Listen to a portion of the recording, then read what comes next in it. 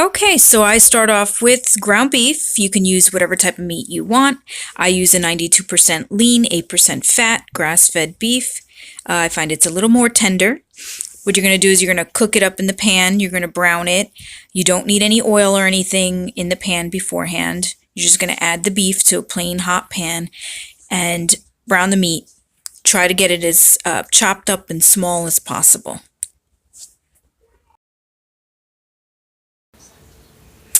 Okay, once you have the meat all nice and browned, what you're going to do is you're going to go ahead and put the meat through a strainer and strain out all the liquid from the bottom of the pan. You can go ahead and leave your strainer with the meat in it in your sink sitting there because we're going to temporarily leave the meat out for the time being while we go ahead and do the next step.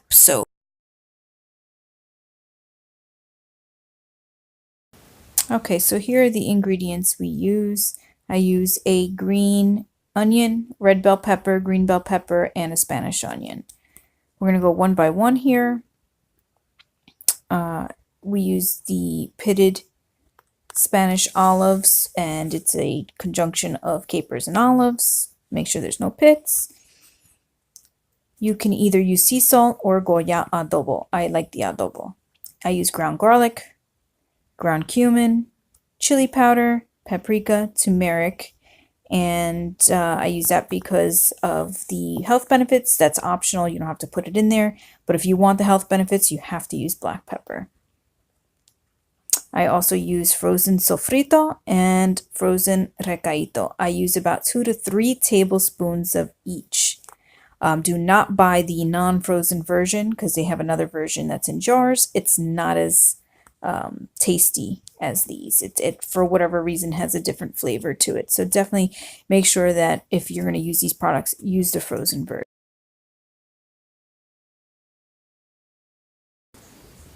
Okay, so here you see I've chopped up all the fresh ingredients. I forgot to let you know that I did add garlic to this. So there is chopped up garlic, onion, green pepper, red pepper, and the green onion. So that's what that looks like. And what we will be doing with this next is we will be frying it up or sauteing it up in some olive oil in a pan. I only used about a quarter or a third of each of the ingredients, the fresh ingredients. You don't have to use a lot. You can use as little or as much as you want. It's all depends on your taste. But there that goes. And I'm just mixing it up a little bit. I use the adobo. This is what it looks like. And we're also going to be adding later on a can of tomato sauce. So these are 2 more ingredients that I use that I forgot to tell you about. I use adobo in place of the salt. So don't use salt if you're going to use adobo.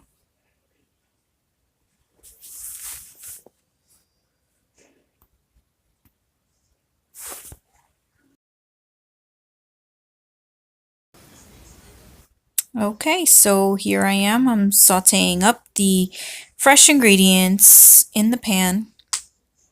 And you're just going to saute them up until they're soft. And the aroma you're going to get in your home from this concoction here is out of this world.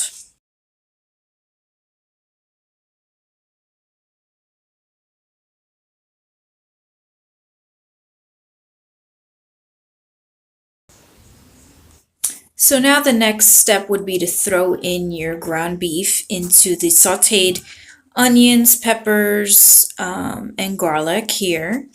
Go ahead and mix it all up. Make sure you mix all the ingredients well so the flavors are distributed evenly. Now I'm going to go ahead and add the seasonings to the meat. I don't use any particular amount. I just go ahead and kind of lightly coat the top of the meat with a layer of each seasoning. So I start off with adobo. Doesn't matter what order you put it in. It's all going to get mixed in anyway. Here I believe I have the ground garlic. Again, 1 layer over the whole surface of the meat. The cumin, go ahead and add that in. I distribute distribute them evenly over the meat equally. So each one, you're going to go ahead and do that. Now next, chili powder.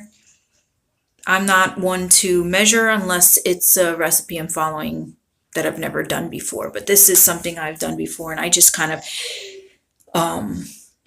eyeballed it, and this has always worked for me as far as flavor. You can always add more. I would just be careful when you're first doing this and make sure, you start off light, because you can always add more later, but you can't take away. So once you add too much, it's done.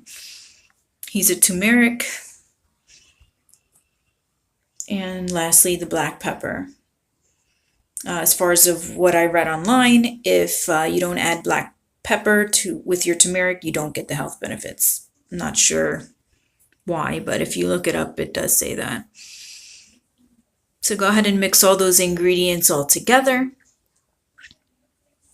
Again, try to make sure you do it evenly. Make sure all the meat gets coated with the seasonings.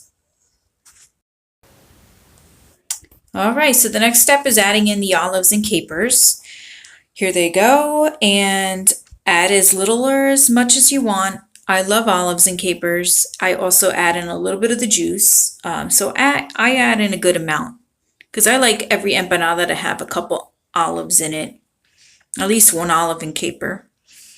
So go ahead and put that in.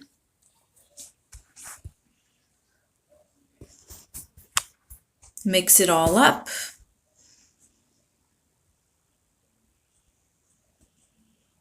And this smells so good right about now. That was my boyfriend's daughter, Gabby. She's been the little cameraman the entire time. But here you go. That's how it looks. And now we're going to go ahead and put in some sofrito. Again, that's 2 to 3 tablespoons. That's my taste, my preference. Everyone who's tried my empanadas all like the way I season it. So 2 to 3 tablespoons is what I normally put in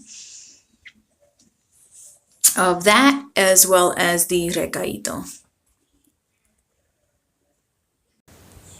So because this is still very frozen, you have to scrape it out kind of like an Italian ice. So scrape out 2 to 3 tablespoons worth, or whatever you like to, whatever amount you want to use. But I normally take out the sofrito and recaito from the freezer at the start of the, recipe before I start cooking and stuff, to give it a little time to defrost.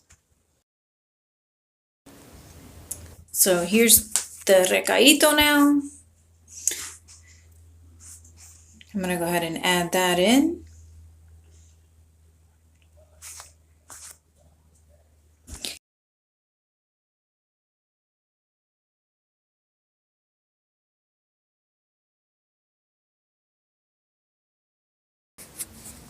Okay, and now we are going to mix in the sofrito and recaito until that melts.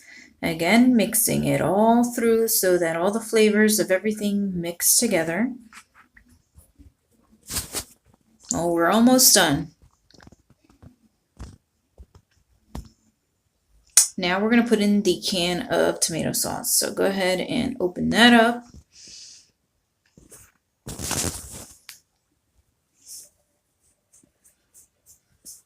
You're going to add in the entire can. And then we're going to go ahead and fill it up with water, and we're going to add the water to it. Then what you're going to do is you're going to, add that water, and then you're going to mix all that again together, and then cover it.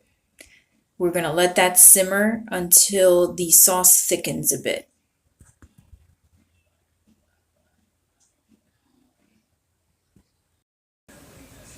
So go ahead and mix all that up. Like I said, we're going to go ahead and cover this. Just make sure you have this on like a medium-low heat. Put the lid on and let this saute with a crack open. So just leave the lid open a crack so the steam can get out and the sauce can thicken. See what that looks like? It's been sauteing for a little bit. It still needs a little time. I'm going to go ahead and mix this up here and try to help the process go a little bit faster. It'll give me a better idea of how much liquid is still left. Yeah, it still needs a minute or two, so we're going to go ahead and let that cook a little bit longer. So,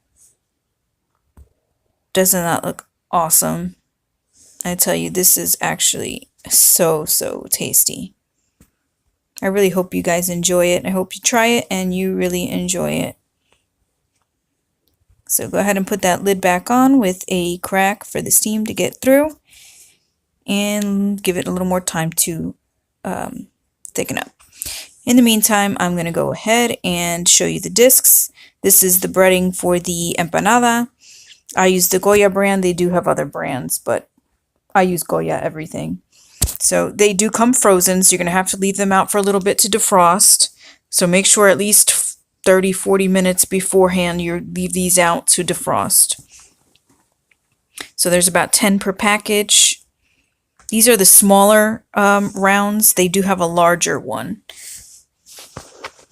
So there they go. They're separated by a thin plastic wrap. You take that off, of course, put it on a plate, and you're going to add in about a tablespoon to a tablespoon and a half of meat to the center of this. Then once you have that in, you're going to go ahead and pull over, kind of fold it, and then take the fork and fork it closed. And you'll see in just a minute what I mean.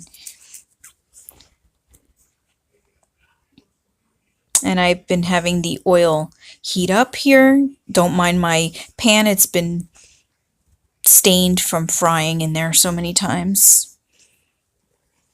But here's one last mix.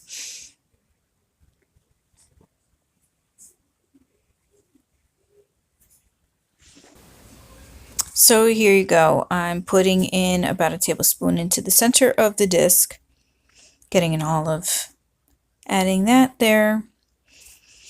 Make sure that your filling isn't too watery, because if it is, when you go ahead and try to throw this in the pan and that liquid drips out, it will splash back at you. You don't want to get burned. So try to get as much of the liquid out as possible if you can. That's why it's important to let that sauce thicken up. So here we go. I'm going to go ahead and fold this over, and we're going to fork it closed with the fork, and you'll see how easy this is. It looks so professional.